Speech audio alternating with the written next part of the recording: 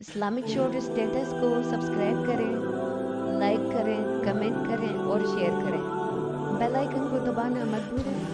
حضرت سیدنا لقمان اپنے بیٹے کو نصیحت کرتے ہیں، اور قرآن مجید نے سورہ لقمان کے اندر آپ کی ان نصیحتوں کا ذکر فرمایا ہے۔ اللہ کریم نے ارشاد فرمایا کہ حضرت لقمان ان کی جو بات انہوں نے اپنے بیٹے کے ساتھ کی، فرمایا وَلَا تُصَعِّرْ خَدَّكَ لِلنَّاسِ، اے میرے بیٹے لوگوں کے ساتھ اپنے رخ کو نہ پھیرا کر، غرور کے ساتھ اپنے لب و لہجے کو پھیر نہ لیا کر لوگوں کی طرف سے، اور وَلَا تَمْشِي فِي الْأَرْضِ مَرَحًا، اور زمین پر اکڑ اکڑ کے نہ چلا کر۔ تکبر کے ساتھ اپنے لب و لہجے کو لوگوں سے پھیر نہ لیا کر، اور زمین پر اکڑ کے بھی نہ چلا کر۔ جناب لقمان اپنے بیٹے کو نصیحت فرما رہے ہیں، اور اللہ نے اس کا ذکر قرآن مجید میں فرمایا ہے۔ اسلام ہماری تربیت کرتا ہے ہر موقع پر، اور ہمیں اسباق پڑھاتا ہے زندگی ساری گزارنے کے لیے۔ انسان کی بات کا دوسرے پر بڑا اثر ہوتا ہے، لیکن اس کی بات کے ساتھ ساتھ اس کے لہجے کا بھی بڑا اثر ہوتا ہے۔ کھانے کا بھی بڑا اثر ہے، لیکن کھانا آپ کس برتن میں رکھ کے دے رہے ہیں اس کا بھی بڑا اثر ہے۔ آپ نے کھانا کس طرح سجایا ہے، کس جگہ کسی کو بٹھایا ہے، اس کا بھی بہت زیادہ اثر ہے۔ اسلام یہ کہتا ہے کہ آپ کا جو لب و لہجہ ہے وہ ہمیشہ اچھے اخلاق والا ہونا چاہیے۔ لہجے جو ہوتے ہیں نا، لہجے، لب و لہجہ، وہ بڑی تاثیر رکھتا ہے، بڑا اثر رکھتا ہے۔ چھوٹا سا بچہ ہوتا ہے، دودھ پیتا ہے، ابھی نونہال بچہ ہے چھوٹا سا، ابھی اسے پتہ نہیں ہے کہ کون سی بات کا کیا معنی ہے۔ اسی بچے کے آپ نے گال پہ محبت کے ساتھ ہاتھ پھیرا تو وہ ہنس دیتا ہے، لیکن اگر آپ غصے کے ساتھ اس کی گال پہ ہاتھ لگاتے ہیں تو وہ رو دیتا ہے۔ آپ میری بات کو سمجھیں گے، ابھی اس کو لفظوں کے مفاہیم کا نہیں پتا، معانی سے ابھی وہ آگاہ نہیں ہے، معنی نہیں جانتا، پر آپ نے کس لہجے کے ساتھ اس سے پیار کیا یہ اسے پتا ہے۔ یہ جو لہجہ ہوتا ہے نا، لہجہ، اخلاق آپ کا، یہ بڑا اثر کرتا ہے۔ آپ نے گفتگو کی، لیکن اس گفتگو میں آپ کا انداز کیا تھا، لب و لہجہ کیا تھا۔ کچھ لوگ کہتے ہیں میں نے کوئی غلط بات کی ہے، بالکل ٹھیک بات کی ہے، بھئی آپ کی بات ٹھیک تھی، پر آپ کا انداز ٹھیک نہیں تھا۔ جہاں بات ٹھیک ہونا ضروری ہے نا، وہاں انداز ٹھیک ہونا بھی بڑا ہی ضروری ہے۔ آپ کے لہجے کا خوبصورت ہونا اور آپ کے لفظوں کا حسین ہونا بھی بڑا ہی ضروری ہے۔ اگر آپ تھوڑا سا معاشرے میں غور کریں تو کچھ لوگ ایسے ہیں جو طبعاً ہی بیچارے دنیا میں آئے ہی شکوہ کرنے کے لیے، ان کے لہجے سے نہ ترش روئی برستی ہے، تلخی ہے۔ وہ جی میں فلاں آدمی کے پاس گیا تو اس نے میری بات نہیں سنی، فلاں شخص سے میری ملاقات ہوئی، میں نے وقت گزارا پر وہ بندہ ٹھیک نہیں نکلا، فلاں کے ساتھ میں آگے بڑھنا چاہ رہا تھا پر میرے معاملات چل نہیں سکے۔ تو بھئی آپ دوسروں کو ناپتے اور تولتے رہے، آپ کو یہ دیکھ لینا چاہیے تھا کہ آپ کا انداز فکر ہی کہیں غلط نہ ہو۔ لہجے، اخلاق، یہ آپ کے لفظوں سے بھی زیادہ اثر بعض اوقات رکھتے ہیں۔ کسی نے کہا تھا کہ میرے لہجے میں غرور آیا تھا، اس کو حق تھا کہ شکایت کرتا تھا، میرے لہجے میں کچھ ایسا کہ جس پہ وہ بیچارہ پریشان ہو گیا، اب اس کا حق بنتا تھا وہ اس پہ شکایت کرتا۔ تو میرے عزیز، آپ بات کو یاد رکھیں گے کہ جو اخلاق ہے، آپ کا جو اخلاق ہے، جو آپ کا کردار ہے، وہ اپنی یہ خوبصورتی رکھتا ہے۔ اس لیے میرے نبی پاک صلی اللہ تعالی علیہ وآلہ وسلم نے فرمایا تم میں کامل مومن وہ ہے جس کا اخلاق زیادہ اچھا ہے۔ جو کہانیاں زیادہ سناتا ہے وہ نہیں، جو اپنی خدمات زیادہ بتاتا ہے وہ نہیں، جو باقی سب کی نفی کر کے کہتا ہے کہ دنیا میں کوئی بندہ ٹھیک نہیں، صرف میں ٹھیک ہوں، وہ والا بندہ نہیں۔ بلکہ فرمایا جس بندے کا اخلاق زیادہ اچھا ہے. اخلاق دیکھیں، یہ جو آپ کا لہجہ ہوتا ہے نا، یہ بہت زیادہ اثرات مرتب کرتا ہے آپ کے گھر پہ بھی باہر بھی. آپ اگر اپنی گفتگو میں باڈی لینگویج کو تھوڑا سا اچھا رکھیں. کچھ لوگ ایسے ہوتے ہیں جو بات بڑی صحیح کرتے ہیں پر کچھ زیادہ ہی باتیں کرتے ہیں، تو وہ زیادہ باتیں کرنے کی وجہ سے ان کی جو صحیح باتیں ہوتی ہیں ان کا بھی وزن خراب ہو جاتا ہے، کیونکہ وہ زیادہ باتیں کرتے ہیں، ہر وقت بولتے ہیں، ہر وقت بات کرتے ہیں. تو جب وہ ٹھیک بات بھی کر رہے ہوں تب بھی ان کی بات کا لوگ اثر قبول نہیں کرتے. لیکن اگر ان کا لہجہ باوقار ہو، بات وہ تھوڑی کریں پر جتنی کریں ذرا سونی کر کے کریں، گفتگو میں خود بخود اثر پیدا ہو جائے گا، بات اچھی لگے گی. اخلاقی رویے اگر لوگوں کے زیادہ اچھے ہو جائیں، ایک تو مسکرانے کا بل کوئی نہیں آتا، اس کے پیسے کوئی نہیں لگتے، اور یہ بھی شکر ہے ابھی تک اس پر ٹیکس بھی کوئی نہیں، یہ بھی مقام تشکر ہے. تو اگر آپ بات کریں اور اس میں تھوڑی سی مٹھاس پیدا کر لیں، آپ تھوڑی سی بات میں نا مٹھاس. میرے ایک کلاس فیلو ہیں، تو وہ تقریر کر رہے تھے اور میں سن رہا تھا، تو مجھے بعد میں کہنے لگے آپ تبصرہ کریں میں نے کیسی تقریر کی ہے. یہ ہوتا ہے نا جی، بعض اوقات دوست بیٹھتے ہیں بے تکلف تو کئی دفعہ کچھ باتیں ایسی ایک دوسرے کے ساتھ کرتے ہیں. تو مجھے کہنے لگے آپ بتائیں کہ میں بات کر رہا تھا تو کیسی تھی. تو میں نے کہا جب آپ بات کر رہے تھے تو میں ڈر رہا تھا، مجھے لگ رہا تھا کہیں آپ لڑ نہ پڑیں. بھئی آپ اطمینان سے بات کریں، آپ تسلی سے بات کریں، آپ خندہ پیشانی کے ساتھ بات کریں. میرے نبی پاک صلی اللہ تعالی علیہ وسلم نے فرمایا، مسلم شریف کی حدیث ہے، حضور فرماتے ہیں نیکی کو کبھی چھوٹا نہیں سمجھنا، نیکی کو حقیر نہیں سمجھنا. کچھ نہ ہو سکے تو اپنے بھائی سے مسکرا کے بات ہی کر لیا کرو. بات کرو تو تمہارے لہجے میں ترش روئی نہ ہو. بعض اوقات آپ تلخ بات کرتے ہیں، آپ کا لہجہ تلخ ہوتا ہے تو آپ کی صحیح بات بھی قبول نہیں کی جاتی. لیکن اگر آپ کے لہجے میں مسکراہٹ ہو، آپ کے لہجے کے اندر خوبصورتی ہو، تو آپ کے اپنے بھی آپ کے بیگانے بھی سب کے سب آپ کی بات کو تسلی کے ساتھ سمجھنا وہ گوارا کریں گے. اسی طریقے سے ہمارا دل کرتا ہے کہ لوگ ہماری بات سنیں، ہمارے گرویدہ ہوں، ہم جو پیغام دینا چاہتے ہیں وہ پیغام لوگ اچھے طریقے سے قبول کریں، اس پر لوگوں کی توجہ زیادہ ہو. یہ ہمارا شوق ہوتا ہے. اور دنیا میں اب تو فیمس ہونے کا شوق بڑا بڑھ گیا ہے، اب بڑا بڑھ گیا ہے. اب تو لوگوں کو نا شاید لوگ مقبولیت اسی کا نام لیتے ہیں کہ میرے اتنے لائکس ہیں، اتنے فالور ہیں، اتنے سارے لوگ ہیں تو شاید میں بڑا مقبول ہوں. یاد رکھنا، قابلیت سے زیادہ قبولیت ضروری ہوتی ہے. فالور کیا کریں گے اگر رب بھی راضی نہ ہوا تو؟ لائکس کیا کریں گے؟ اگر تو قبول ہو جائیں تو پھر چلو کسی لائکس کا بھی فائدہ ہے، کسی فالور کا بھی. اور اگر قبول نہ ہو تو پھر کوئی فائدہ. جنوں پریتم اپنا آنکھ ہی نہ، وہ اجے سہاگن ہو ہی نہیں. تو جب وہ قبول کر لے پھر تو بڑی بات ہے، اور اگر قبولیت نہ ہو تو پھر بڑے بڑے مجمع بھی کوئی فائدہ نہیں دیتے. ہماری خواہش ہوتی ہے کہ لوگ ہمیں جانیں، لوگ ہمیں پہچانیں، ہمارا بڑا نام ہو، ہمارا بڑا ذکر ہو، ہمارے بڑے تذکرے ہوں. تو میرے نبی پاک صلی اللہ تعالی علیہ وسلم نے ارشاد فرمایا، حضرت ابو ہریرہ رضی اللہ تعالیٰ عنہ روایت کرتے ہیں، حضور فرمانے لگے تم مال کے ذریعے لوگوں کو اپنا گرویدہ نہیں بنا سکتے، پیسے دے کے لوگوں کو پیچھے نہیں لگا سکتے. کتنے کو دو گے؟ دیکھیں نا، پیسوں سے تو بندے کا لالچ شروع ہو جاتا ہے. ایک دفعہ دیں، پھر دوسری دفعہ دیں، پھر تیسری دفعہ دیں. روز دیں گے تو بندہ راضی ہوگا، اور اگر آپ نے 99 دفعہ دیا، ایک دفعہ نہیں دیا تو وہ ناراض ہو جاتا ہے. تو کتنا کو لالچ پورا کریں گے؟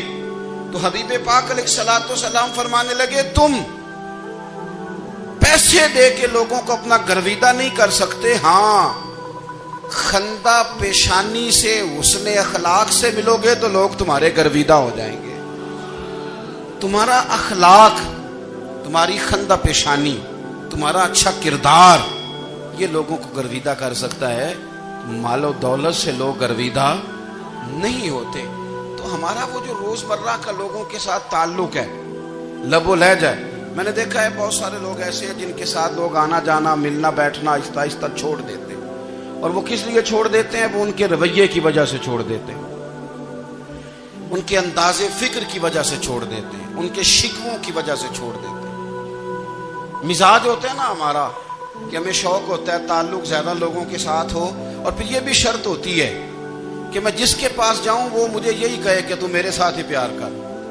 ایک صاحب مجھ سے کہنے لگے کہ یہ میں محفل کراتا ہوں، آپ بھی تشریف لائیں، اور میں 20 علماء کو بلا چکا ہوں اور بڑے بڑے نامور نام انہوں نے میرے سامنے لیے۔ میں نے ان سے پوچھا کہ جو نام آپ نے لیے ہیں اور آپ کی تصویریں بھی ساتھ ہیں، میں الحمدللہ تسلیم کر گیا ہوں آپ کی بات کو، لیکن سوال میرا یہ تھا کہ کیا آپ نماز بھی پڑھتے ہیں؟ 21 علماء کو آپ نے بلایا یا 20 کو بلایا اور بڑے بڑوں کو بلایا، اور مجھے بھی آپ دعوت پیش کر رہے ہیں، تو نمازی بھی آپ ہیں، نمازی بھی ہیں؟ کہنے لگے آپ دعا کریں میں نماز پڑھنا شروع کر دوں۔ میں نے ان سے کہا خدا کے بندے، اب اگر تو کسی اور کو بتائے گا کہ 20 اتنے بڑے لوگوں سے میرا تعلق کر پڑتا میں نماز بھی نہیں، تو لوگ کیا سوچیں گے کہ 21 مولوی مل کے بھی ایک بندے کو نمازی نہیں بنا سکے۔ تو آپ اپنے لب و لہجے سے صرف باتوں سے گرویدہ کسی کو کر لیں گے؟ آپ یہ دیکھیں کہ اخلاق کس طرح کا ہے، لہجہ کس طرح کا ہے، آپ کی بات کرنے کا انداز کتنا حسین ہے، اس لفظ کے اندر حسن کتنا زیادہ ہے۔ نبی پاک صلی اللہ علیہ وسلم بھی تبلیغ فرماتے، ہم بھی تبلیغ کرتے ہیں۔ میں اور آپ جب تبلیغ کرتے ہیں تو اس تبلیغ کے اندر شکوہ ہوتا ہے اور تنقید ہوتی ہے، اور بعض جگہ میں نے یہ بھی دیکھا ہے کہ طنز ہوتا ہے، طنز۔ ہم دوسرے کو دین کی دعوت رہے ہیں، لیکن ہمارے لب و لہجے سے طنز اور تش روئی چھلکتی ہے۔ تو دولت کے پیچھے لگ گیا ہے، تو بالکل جاہل ہے، تو بالکل تیرے خاندان میں سے بھی کوئی نہیں ادھر آتا۔ آپ طنز کر رہے ہیں، آپ دعوت دین نہیں دے رہے۔ دعوت دین تو گلدستے میں رکھ کے پیش کی جاتی ہے، اس کی تو ایک خوبصورتی ہے، اس کا تو ایک حسن ہے، اس کی تو اپنی ایک جاذبیت ہے، اس کی اپنی ایک نورانیت ہے۔ صحابہ کرام علیہم رضوان فرماتے ہیں کہ حضرت سعد بن معاذ رضی اللہ تعالیٰ عنہ کا جنازہ تھا، اللہ کے پیارے محبوب صلی اللہ تعالیٰ علیہ وسلم نے جنازے کی امامت فرمائی، اور جنازے کی امامت کے بعد ابھی نہ قبر کے تیار ہونے میں کچھ ٹائم باقی تھا، تو حضور زمین پہ تشریف فرما ہوئے، لوگ قبر کی تیاری میں ہیں۔ بعض اوقات ہوتا ہے نا ابھی قبر نہیں تیار ہوئی، تو کہتے ہیں کہ لکڑی کے ساتھ حضور نے زمین کریدنی شروع کر دی، اور دیر تک حضور نے چہرہ نور کو زمین کی طرف جھکائے رکھا، گویا زمین شرف دیدار حاصل کرتی رہی۔ دیر تک چہرہ نور جھکا رہا زمین کی جانب، حضور نے رخ نور کو پھیر لیا۔ صحابہ کہتے ہیں کہ ہم نہ بڑے، جب حضور ہمارے قریب ہوتے تھے تو ہمارا خیال ہوتا تھا کہ رحمت کی برکھا ہے، اپنے اپنے حصے کا کرم اڈیل لے اپنے اوپر۔ فرماتے ہیں منتظر تھے کہ حضور کب ہماری طرف رخ انور پھیریں اور ہم کریم سے کوئی بات سن سکیں۔ ارشاد فرماتے ہیں کہ ہم بڑے شدید منتظر تھے، دیر کے بعد نبی پاک علیہ الصلوۃ والسلام نے چہرہ انور اٹھایا، دیر کے بعد چہرہ انور اٹھایا۔ یہ دیکھیں تبلیغ ہو رہی ہے، اور جب حضور نے چہرہ انور اٹھایا تو آنکھوں میں آنسو تھے، رو رہے تھے، اور 3 دفعہ حضور نے فرمایا، کیونکہ قبر تیار ہو رہی تھی، 3 دفعہ نبی کریم نے فرمایا لوگو قبر آخرت کی منزلوں میں سے پہلی منزل ہے، اس کی تیاری کر لو، اس کی تیاری کر لو، اس کی تیاری کر لو۔ 3 دفعہ حضور نے یہ جملے دہرائے۔ کیوں؟ ایک میں تبلیغ کرتا ہوں پر اس میں نہ درد ہے، نہ رونا ہے، نہ وہ لب و لہجہ ہے۔ ایک حضور دعوت دے رہے ہیں قبر کی تیاری کی، لیکن اس میں آنسو ہے، اس میں خاص رغبت ہے غلاموں کے لیے۔ تو اپنی زندگی کے اندر جو ہمارا انداز تکلم ہے، ہمارا انداز گفتگو ہے، میں کہا کرتا ہوں کہ ہم نا دین کے لیے جب کلام کر رہے ہوتے ہیں تو شدت ہوتی ہے ہمارے جملوں کے اندر، بعض مقامات شدت کے ہوتے ہیں۔ آپ جہاد کی بات کر رہے ہیں، ناموس رسالت کی بات کر رہے ہیں، تو کسی جگہ آپ کے لب و لہجے کے اندر شدت کا ہو جانا برا، نہیں ہے بلکہ وہ اچھا ہے. لیکن میرے عزیز ہر وقت ہی کچھ لوگ تلخ ہیں. انہیں کسی وقت بھی آپ ان سے ملاقات کر لیں وہ لوگ آپ کو پریشان ہی نظر آئیں گے. حضرت سیدنا عبداللہ ابن عمر رضی اللہ تعالیٰ عنہ روایت کرتے ہیں کہ نبی پاک صلی اللہ تعالیٰ علیہ وآلہ وسلم نے ارشاد فرمایا کہ جنت میں ایسے بھی کمرے ہوں گے, جنت میں کچھ ایسے کمرے, کچھ ایسے مکانات بھی ہوں گے کہ باہر کھڑے ہوں گے تو اندر نظر آئے گا, اور اندر کھڑے ہوں گے تو باہر نظر آئے گا. یعنی ایک تو تم آئینے لگاتے ہو نا, وہ دیواریں اتنی شفاف ہوں گی کہ اندر باہر سے ان کا حسن دکھائی دے گا. حضرت سیدنا مالک اشعری رضی اللہ تعالیٰ عنہ بیٹھے تھے, کہتے ہیں میں نے فوراً عرض کی حضور وہ ملیں گے کس کو؟ وہ جو اتنے حسین گھر ہوں گے کہ دیواریں ہی شیشے کی محسوس ہوں گی, اندر باہر سے حسن کے جلوے دکھائی دیں گے, حضور وہ ملیں گے کسے؟ تو اللہ کے پیارے محبوب علیہ السلام نے فرمایا وہ اس کو ملیں گے جو گفتگو اچھی کرے گا, جو گفتگو اچھی کرے گا, لب و لہجہ اخلاق والا ہوگا, گفتگو اچھی کرے گا, لوگوں کو کھانا کھلائے گا, اور جب لوگ سو رہے ہوں گے تو وہ اٹھ کے اپنے رب کی عبادت کرے گا. اس شخص کو وہ مکانات ملیں گے جن کی دیواریں آئینے کی مانند ہوں گی, جن کا حسن تازہ ہوگا, جن کو اللہ تبارک و تعالیٰ نے اپنے فضل سے مزین کیا ہوگا, سنوارا ہوگا. ہم اگر تھوڑی سی توجہ کریں نا تو کئی دفعہ وقت گزر جاتا ہے, لہجہ نہیں بھولتا, لہجہ یاد رہتا ہے. آپ تو 2 منٹ کے لیے غصے میں تھے نا, تو آپ نے کوئی بات کر دی کسی غریب کو, کسی شخص کو, آپ غصے میں تھے, آپ نے کہہ دیا, اس بیچارے نے سن لیا, لیکن وہ باتیں اسے سونے نہیں دیتی, بار بار یاد آتی. کوئی آپ کے ساتھ تلخ کلام کر دے نا, کبھی تلخ گفتگو کر دے, بندہ جب سامنے آتا ہے وہ باتیں یاد آ جاتی ہیں, تکلیف ہوتی ہے, اور وقت گزر جاتا ہے. لڑائیاں ہمیشہ چل نہیں سکتی. لڑائی کتنی دیر کی ہوتی ہے؟ 1 دن کی, 2 دن کی. قتل بھی ہوں تو اگر قاتل کو پھانسی بھی ہو جائے تو پھانسی کے بعد بالآخر لڑائی تو ختم ہو ہی گئی نا. لڑائی ہمیشہ چلتی, تلخی ہمیشہ چل سکتی نہیں. تلخی روٹین میں چلنے والا سکہ, کچھ سکے روٹین میں چلتے وقتی ہوتے. یہ جو غصے کا لب و لہجہ ہے, تلخی کا سکہ, یہ بھائی روٹین میں نہیں چلتا, اس نے ایک نہ ایک دن ختم ہو جانا ہے. روٹین میں پیار ہی چلتا ہے. حضرت جابر ابن عبداللہ کہتے ہیں حضور پہلے دن مدینہ منورہ آئے, میں زیارت کے لیے گیا تو میں نے مسکراتے دیکھا. 10 سال میں دیدار کرتا رہا, اور وصال سے چند دن پہلے بھی میں نے زیارت کی تو مدینے والے محبوب کو مسکراتے ہوئے ہی دیکھا ہے. یہ جو آپ کا لب و لہجہ ہے نا, اخلاق والا, حسن والا, مسکرانے والا, یہ لب و لہجہ نا ذرا لمبا چلتا ہے. یہ روٹین ہے, یہ روز چلے گا. یہ سکہ وہ ہے جو رائج الوقت رہتا ہے, یہ کبھی بھی ختم ہونے والا یہ خزانہ ہے. تو یہ جو آپ کا تلخ لب و لہجہ ہے یہ روٹین نہیں.